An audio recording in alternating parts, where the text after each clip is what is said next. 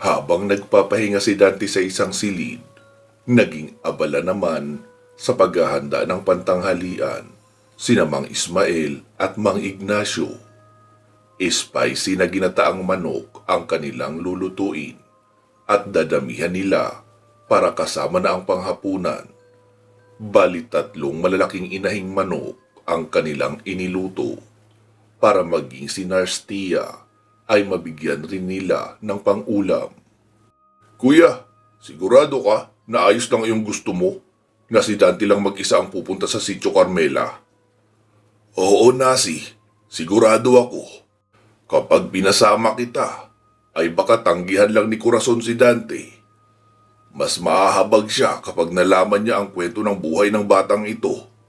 Kaya siguradong tutulungan niyang makamit ni Dante ang hangad na magkaroon ng pangilang kidlat para mabigyan ng hustisya ang nangyari sa kanyang pamilya at malipol ang mga rebelding aswang. Ano namang kasiguraduhan, kuya, na makukuha ni Dante ang pangilang kidlat roon? Walang kasiguraduhan doon. Magbabakasakali lang tayo. Para rin ito sa kaligtasan ni Dante. Hindi ako sigurado kung sasapat ang mutya ng kalabaw kung yun lang ang dala niya kapag hinarap niya na ang mga rebelding antingero na mga aswang rin. May punto ka nga dyan, kuya.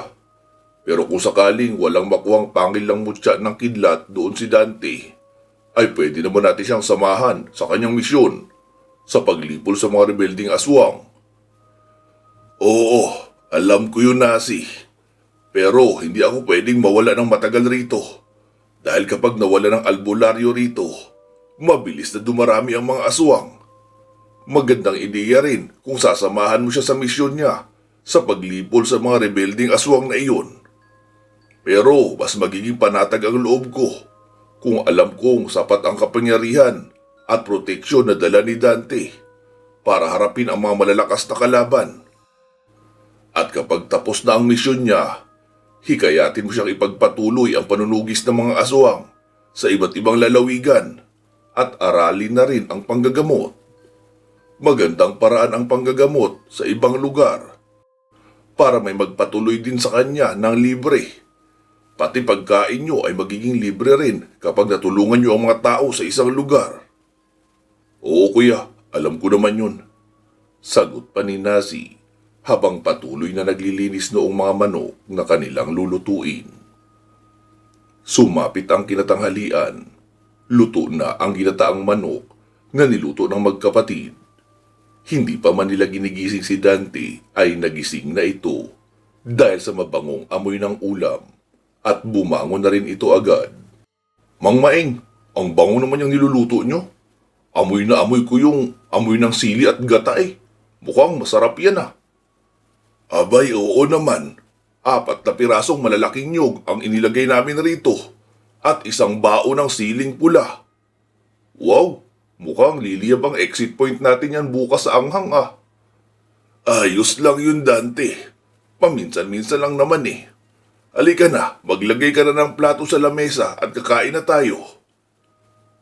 Si Mang Nasi po, nasaan? Paparating na yun, Dante. Bumili lang ng asukal. Kumuha kasi siya ng 5 pirasong buko at ginayod. Gagawa raw siya ng palamig para may matamis tayo pambawi sa anghang. Wow, mukhang magiging masarap ang tanghalian natin dahil doon. Siya nga pala, Dante. Habang wala pa si Nasi, hatiran mo muna pala si Tia ng ulam. Para hindi lang tayo ang magliyab ang bunganga sa sarap. Siya rin. Sige po, okay lang. Wika ni Dante. At agad nang dinampot ang ginataang manok na nakalagay sa Tupperware na katamtaman ang laki. At sa dami noon ay sapat iyon para sa 2 kain ng 2 tao. Agad nang umalis si Dante at nagtungo sa bahay na tinitirhan ni Tia. Pagkarating niya sa may bukana ng bakuran ay ang matandang si Aling Minda ang naroon. Aling Minda, magandang tanghali po. Si Tia po, nasaan? Naroon sa ilog. Naglalaban ang kanyang mga damit. Bakit? Kung gusto mo, puntahan mo na lang siya roon. Hindi na po. ibibigay ko na lang sa inyo itong ulam. Ginataang manok po yan. Heto po oh. Mamayang hapon ko na lang siguro kukunin ang Tupperware. Gusto ko rin sana puntahan si Tia sa ilog. Kaso kakain pa lang kami eh. Hinihintay na ako nila Mang Maing doon. Eh di sige. Puntahan mo na lang uli mamayang hapon kung hindi ka na busy. Kakain na pala ako. Tamang-tama.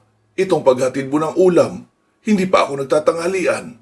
Kadarating ko lang rin kasi. Eh sige po, uuwi na ako. Salamat uli rito, Dante. Uwi ka ng matanda. Pagkabalik ni Dante sa bahay ay naroon na si Mang Nasi at hinihintay na siya ng magkapatid sa lamesa. Ang tagal mo naman. Maghahatid lang ng ulam eh. Reklamo pa ni Mang Ignacio. Sabi naman ni Dante, matagal na ba yun? Si Aling Minda nga lang ang naabutan ko roon. Iniabot ko lang sa kanya yung ulam tapos umalis na ako agad. Nasa ilog raw kasi si Tia at naglalaban ng mga damit. Eh di ibig sabihin, mabagal kang maglakad kaya ka natagalan. Halika na rito. Takam na kami pareho ni Kuya na kumain eh. Oo na po, ito na. Wika pa ni Dante at dali-dali nang umupo sa pagkainan. Matapos makakain ay sinabi ni Mang Maing, paano Dante? Ikaw na ang bahala sa mga hugasan ha?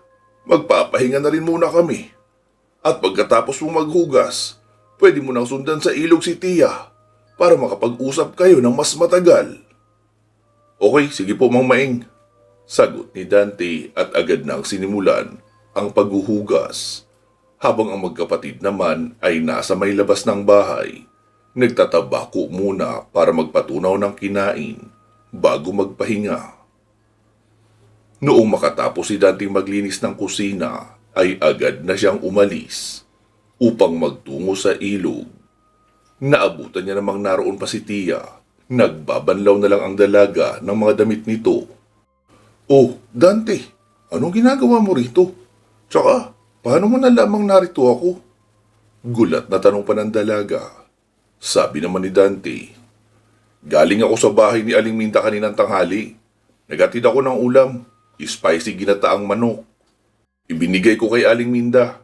Ang sabi niya kasi ay narito ka nga raw naglalaba. Hindi naman kita mapuntahan agad dahil naghihintay sa akin sa bahay sina Mang Maing at Mang Nasi. Gusto nila sabay-sabay kaming nagtatanghalian. Kaya kailangan kong umuwi agad. Ah, ganun ba? Nagutom tuloy ako sa sinabi mong spicy na ginataang manok. Sana tinirhan pa ako ni Aling Minda. Sabi naman ni Dante, sigurado akong tinirhan ka niya dahil sakto sa dalawang kain yung dalawa, yung inihatid ko. Marami kasi ang iniluto nila Mang Maing. 3 malalaking manok raw ang kinatay nila eh. Kaya kahit hanggang sa hapunan ay pwede pa yun sa inyong dalawa. Ah, ganun ba? Sa bagay, mahina rin naman kumain si Aling Minda. Malakas lang yun sa kape pero sa pagkain hindi masyado. Bakit ka nga pala naparito? Ah, para sabihing mahal kita. Ha? Anong sabi mo? Gulat na wika pa ng dalaga. Sabi naman ni Dante, ang sabi ko, naparito ako para magpaalam. Aalis na ako mamayang madaling araw. Pinapapunta ako ni Mang Maing sa sitio Carmela ba yun? Hindi ko alam kung saan yun eh. Pero 2 hours lang daw ang biyahe mula rito. Kailangan kong magpatuloy sa pagkabit ng mahiwagang mutya para makayanan kong harapin ang mga rebelding aswang sa lugar namin. Teka, ang layo na ng paliwanag mo. Ang tinatanong ko lang ay kung ano yung sinabi mo ngayon lang. Ha? Sinabi? Yun nga yun. Yung magpapaalam na ako dahil aalis ako bukas. At hindi ko alam kung kailan ako makakabalik. Hindi eh. Parang may iba akong narinig sa sinabi mo. Alin doon? Yung mahal kita. Narinig mo pala. Akala ko hindi. Ayan, sinabi ko na ng malinaw. Gusto kong malaman mo yun ngayon pa lang. Dahil gusto kong hintayin mo ako sa pagbabalik ko. Hindi galing sa Sitio Carmela. Kundi sa pagbabalik ko galing sa misyon ko. Sa paglipol sa mga rebelde. Maaari mo ba akong hintayin, Tia? Seryosong wika pa ni Dante. Tila natuod ang dalaga at hindi malaman ang isasagot dahil sa pagkabigla. Kaya si Dante na lang ang pumutol ng topic na iyon. Sige na, ituloy mo na yung pagbabanlaw mo para makauwi ka na at makakain na rin ng tanghalian. Ihahatid kita pag uwi. Nagpatuloy sa pagbabanlaw ang dalaga pero hindi ito makafocus dahil hindi niya alam kung tama bang sabihin niya rin ng diretsahan kay Dante ang totoo niyang nararamdaman. Tumahimik na lang si Dante at nakatanaw sa malayo habang hinihintay matapos ang dalaga sa paglalaban nito. Noong makatapos maglaba ang dalagang si Tia, ay si Dante na ang nagbitbit ng timba na may lamang mga nilabhang dami. Pagkarating sa bahay na tinutuluyan ni Tia, ay sabi ni Dante, "Tia, uuwi na ako. Pasensya na kung hindi mo nagustuhan iyong ipinagtapat ko kanina. Gusto ko lang naman na alam mo ang totoo kong nararamdaman. Pero kung wala kang balak na tanggapin ako, ay hindi ko naman ipagpipilitan ang sarili ko." Wika ni Dante at naglakad na papalayo. Pero noong makalimang hakbang siya, ay doon pala nakapagsalita ang dalaga. "Dante, saglit lang. Mahal din kita at handa akong hintayin ang pagbabalik mo mula sa misyon mo. Mag-iingat ka." Ngumiti si Dante sabay sabing, "Salamat, Tia." Tapos nagpatuloy na siya sa paglalakad papauwi. Punong-puno ng kaligayahan ang kanyang puso. Iyon ang unang pagkakataon na makaramdam siya ng totoong kaligayahan magmula noong nasawi sa isang trahedya ang kanyang pamilya. Saglit niyang nakalimutan ang pait ng kanyang nakaraan. Pagkarating sa bahay ay inihanda na ni Dante ang kanyang bag na dadalhin sa paglalakbay sa kinabukasan. Tapos doon na lang muna siya natulog sa may kawayang sofa sa may sala. Kinagabihan ay sabi ni Mang Maeng, "Kumusta ang pag-uusap niyo ni Tia? Nasabi mo ba sa kanya ang mga dapat niyang malaman tungkol sa nararamdaman mo?" "Opo, Mang Maeng. Salamat sa payo niyo. Dahil sa inyo, nagkaroon ako ng lakas ng loob." "Wala yun. Gusto ko lang din naman na maging masaya ka at magkaroon ng inspirasyon. Kailangan mo kasi magkaroon ng inspirasyon sa laban. Dahil baka kapag nahirapan ka, ay magpatalo ka na lang bigla sa mga aswang. Kapag wala ka nang mahanap na dahilan para mabuhay, iyon ang mahirap. Kaya sa tingin ko ngayon, ay handa ka na para sa lakad mo bukas." "Opo, Mang Maeng. Tama po kayo. Handang-handa na ako." Sagot naman ni Dante. Matapos makakain ng hapunan, ay saglit pa silang nagkwentuhan sa labas ng bahay habang nagpapaanto. At noong sumapit ang 10:00 ng gabi, ay pumasok na sa loob si Dante para matulog. Sinabi na rin naman sa kanya ni Mang Maeng ang sketch kung paano pumunta sa bahay noong albularyo si Corazon. Kinabukasan, hindi pa sumisikat ang araw, ay umalis na ng bahay si Dante. Maglalakad pa siya ng ilang oras pababa bago makarating sa may highway. Pagkarating niya sa may tabi ng highway, nakita niyang may isang bakery roon. Kaya naisipan niyang bumili ng 5 pirasong pandesal at nakatimpla na kape para makapag-almusal na siya bago pa siya bumiyahe. Sa ilang minutong pagkakape niya ay wala pang dumadaang jeep na masasakyan papunta sa kabilang bayan. Noong makatapos siyang magkape, ay tumayo lang siya ng 10 minuto sa may gilid ng highway at may dumaan ng jeep. Hindi pa naman iyon puno, kaya nakaupo pa siya ng maayos sa loob. Sinabi niya rin sa konduktor na magpapababa siya sa 3 bayan, kaya hindi siya nag-aalala na mailampas. Makalipas nga ang 2 oras mahigit na biyahe, ay tinapik ng konduktor ang bubungan ng jeep at agad iyong huminto. Sabi naman ng konduktor, "Brad, dito ka na." "Salamat, boss." Sagot naman ni Dante at bumaba na ng jeep. Agad siyang nagsimula maglakad dahil ayon pa kay Mang Maeng, medyo may kalayuan sa pamayanan ang bahay noong albularyong si Corazon. Makalipas ang kalating oras na paglalakad, ay napansin ni Dante na wala ng kabahayan sa unahan. Kaya naman muli siyang bumalik at naghanap ng tindahan. Saka siya bumili ng 2 kilong bigas, posporo, 4 na pirasong sardinas, para naman may maiabot siya sa matandang kanyang pupuntahan at hindi nakakahiya na makikikain siya sa bahay nito. Habang bumibili ay kinausap niya ang dalagitang tindera noong tindahan. Ate, kilala mo ba si Lola Corazon? Yung albularya rito sa lugar nyo? Oo kuya, diretsuhin mo lang yung daan na yan. Pero babalaan kita ha, malayo rito ang bahay niya. Siguro 1 oras mahigit o 2 oras ang aabutin kung mabagal kang maglakad. Pero hindi naman mahirap tuntunin dahil kapag malapit ka na sa bahay niya, ay patag na at may mga tanim na mais malapit roon. At medyo mataas na bahagi ang kubo niya, kaya makikita mo yun agad. Pero mag-iingat ka ha, mabait naman siya.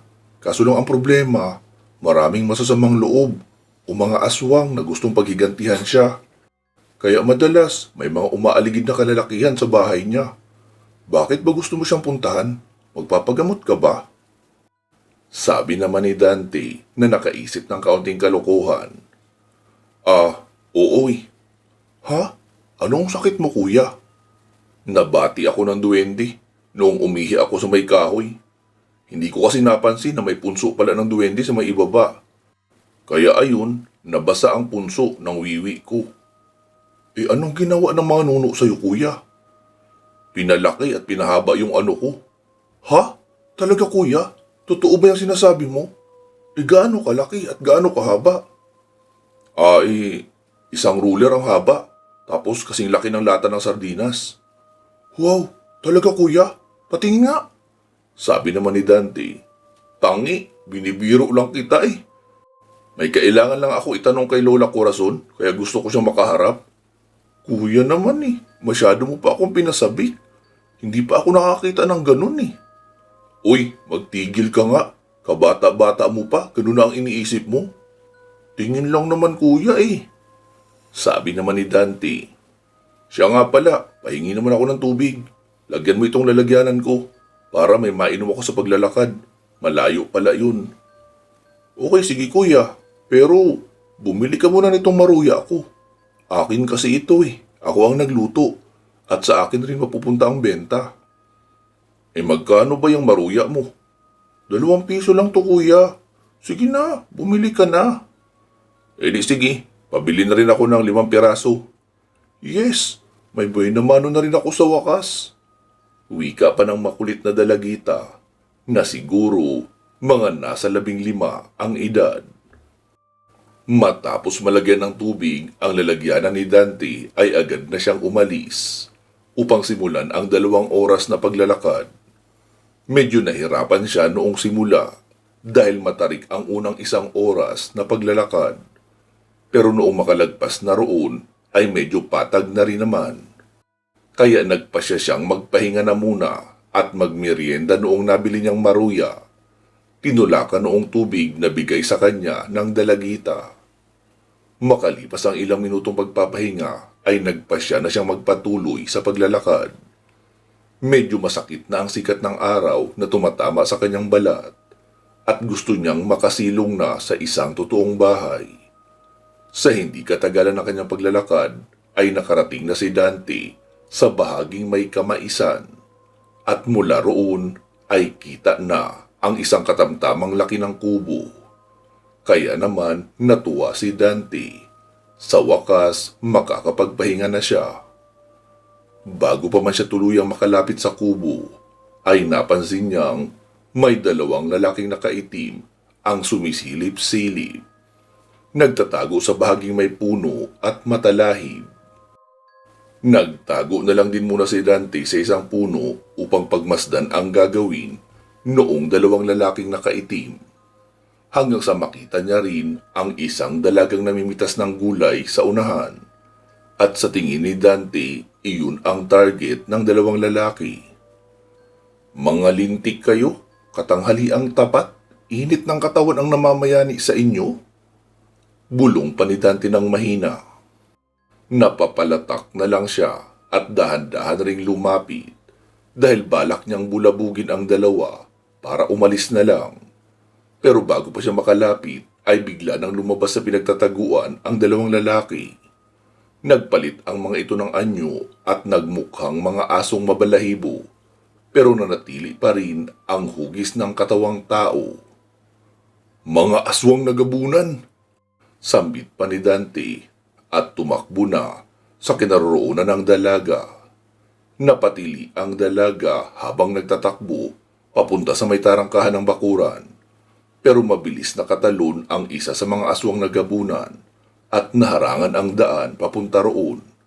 Nasa kabilang bahagi si Dante nagmumula, kaya nakatalikod sa kanya ang aswang nagabunan at nasa gitna ng dalawang gabunan ang dalaga. Lola! Tulong! Sigaw ng dalaga, pero agad nang bumelo ng pagsugod iyong aswang na malapit kay Dante. Mabilis lumapit si Dante at binigyan iyon ng malakas na suntok sa tagiliran na hindi napaghandaan ng aswang dahil hindi niya naman namalayan si Dante sa kanyang likuran. Pero bago pa man ang pag-ataking iyon, ay pinagana na ni Dante ang kakayahan ng hawak niyang mutya ng ngipin ng kalabaw. Kaya masasabing iindahin ng matindi noong gabunan ang suntok na kanyang ibinigay. Tumalsik ang aswang at may ilang tadyang ang lumabas sa tagiliran dahil nabali iyon sa lakas ng suntok ni Dante. Tila nag-alangan naman na lumapit sa kanya ang dalaga, kaya sabi ni Dante, Miss, ano pang hinihintay mo? Pumasok ka na sa bakuran nyo. Mas ligtas ka sa loob. Ako na ang bahala sa kanila. Doon pa lang natauhan ang dalaga at tumakbo papasok ng bakuran. Nilingon ni Dante yung aswang na kanya sinuntok. Buhay pa iyon pero tila nahihirapang makatayo. Noong ibalik niya naman ang tingin doon sa aswang sa unahan, ay umangil na iyon at agad tumakbo gamit ang kamay at paa na parang unggoy papunta sa kanya. Yumuko si Dante para maging magkapantay sila ng tangkad noon, at noong malapit na siya ay inilaga ni Dante ang malakas na pagkalmot ng aswang. Sa kanya sinuklian ng isang malakas na walo na kumonekta naman sa Panginoon. Tumalsik iyon at napasubsob. Narinig ni Dante na sumigaw ang dalaga at sinabing, Kuya, humanda ka! Nakatayo na ang nasa kaliwa mo! Pagkalingon ni Dante ay papalapit na sa kanya iyong unang aswang na nabalian ng tadyang. Kaliwat kanan ang ginawa noon na pagkalmot kay Dante, pero mabagal. Walang hirap iyong naiilaga ni Dante hanggang sa magkaroon siya ng opening. Binigyan ni Dante ng isang malakas na uppercut sa sikmura, at noong napayuko ay tinuhod niya naman iyon sa panga. Kaya umangat kaunti sa ereyang aswang at bumagsak sa lupa ng nakapatihaya. Doon na tumalon si Dante, sabay baon ng suntok sa dibdib noon. Bali ang buto noon sa dibdib at maging ang puso ay natusok ng mga nabaling buto. Pagkalingon ni Dante sa unahan ay tumatakbo na rin papasugod ang isa pang natirang aswang, kaya agad siyang nagrolling papalayo dahil kulang na ang espasyo niya para mag-fighting stance. Lalo at masyado nang malapit ang aswang.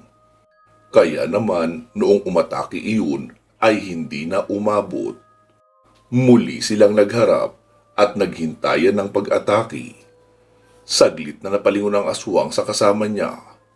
Noong makita ang nayuping dibdib at baling mga tadyang, ay hindi na iyon nakapagpigil ng galit. Agad nang sumugod kay Dante. Pagkalapit noon ay isang malakas na pagkalmot ang ginawa. Mula sa ibaba paitaas na ang punterya ay ang sikmura ni Dante. Pero mabilis nakapag-sidestep si Dante, kaya siya naman ang bumitaw ng malakas na suntok mula sa ibaba pataas, sapul sa sikmura at napaangat ang aswang. Halos lumuwa ang mata noon sa sakit. Tinuhod niya iyon ng ilang beses pero sa dibdib tumatama. Kahit namimilipit sa sakit ay nagawa noong itulak si Dante at umatras din ang aswang. Pero imbis na magpatianod sa tulak ay muli lang din siyang umikot papabalik, sabay talon ng mataas.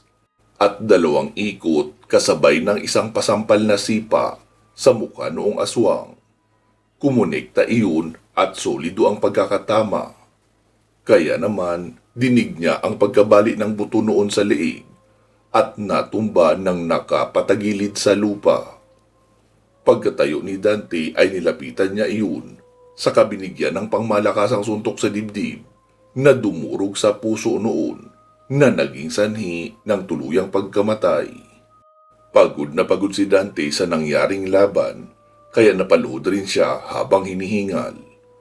Hanggang sa mapansin niyang lumabas ang isang matandang babae at ang dalaga sa bakuran at lumapit sa kanya. "Kuya, ayos ka lang ba? Nasaktan ka ba?" Sunod-sunod na tanong ng dalaga. Sabi naman ni Dante, Hindi naman. Ayos lang ako. Napagod lang." "Bakit may mga aswang na nag-aabang sa'yo ng ganitong oras? Tanghali pa lang ah." Ang matanda naman ang sumagot, "Ako ang pakay nila, kaya sila nag-aabang rito. Marami silang hinawaan dito sa lugar namin na pinagaling ko. Kaya ngayon, ako na ang target nilang paghigantihan. Salamat nga pala sa pagsagip mo sa apo ko. Ikaw, sino ka? Ano ginagawa mo sa loob ng lupain ko?" Tila may pagdududang tanong pa ng matandang babae. Sabi naman ni Dante, Ako po si Dante, taga Mindanao. Pero ngayon po ay nanunuluyan ako kinamang maing para sa pag-aaral ng lihim na karunungan." Sabi naman ng matanda, "Sinong maing ba yung sinasabi mo?" Si Mang Maing po, yung ex-boyfriend nyo." Tila natamimi ang matanda at ang dalaga naman ay malawak ang ngiti na nakatingin sa lola niya. "Lola, may ex-boyfriend kayo? Akala ko ba si Lolo ang una niyong boyfriend?" Hindi pinansin ng matanda ang sinabi ng kanyang dalagang apo. Matalim ang tingin nito kay Dante. Bakit ka narito? Anong kailangan mo sa akin?" Lola Corazon, ayos lang po ba? Kung doon na tayo sa loob ng bahay niyo mag-usap? Mahabang kwento po kasi at nakatayo tayo dito sa labas ng bakuran niyo kung saan tirik na ang araw. Sabi naman ng dalaga, "Oo nga po Lola, tama si Dante. Sa loob na lang po kayo mag-usap." "Sige, basta tulungan mo muna ang apo ko. Ilibing niyo yung 2 aswang na iyan sa unahan." "Okay po, walang problema." Sabi naman ng dalaga, "Saglit lang Dante, kukuha lang ako ng gasolina at posporo sa loob para may pangsilab tayo." Wika ng dilag at agad may kinuha sa loob ng kusina. Ilang saglit pa ay nakalabas na ito. Sabi naman ni Dante, "Iwan ko po muna rito ang bag ko ha, mabigat eh." Sabi naman ng dalaga, Bakit ba kasi mabigat yan? Ano bang laman yan?" Bigas, tsaka sardinas para sa inyo." "Ha? Bakit? Bakit ka magbibigay sa amin yan?" "Mamaya ko na lang din siguro ipapaliwanag." "Hay naku, hindi mo kailangan magdala ng pagkain para sa amin sa kahit anong dahilan. Sapat ang income namin sa mga pananim at may mais kami na pinapagiling bilang bigas." Paliwanag pa ng dalaga. Binitbit naman ng matanda ang bag ni Dante papasok sa kanilang sala. Tapos magkatulong na ang dalawa na hinila ang katawan ng 2 aswang at dinala sa may kakahuyan. May bahagi roon na walang puno at malambot ang lupa. Doon sila naghukay. Matapos maihulog sa butas ang katawan ng 2 aswang, ay hinulugan nila iyon ng maraming tuyong dahon at mga sanga. Saka binuhusan ng kaunting gasolina. At noong matupok ang mga dahon ay sa kanila tinabunan ang katawan ng 2 aswang. Bagamat hindi naman iyon natupok ng husto, pero kahit papaano ay sunog na rin talaga. Saka na sila naglakad papabalik sa bahay ng maglola. Pansamantala, muna natin puputulin dito itong ating kwento. Magsama-sama tayong muli sa part 13. Mag-iingat po kayo palagi at hanggang sa muli.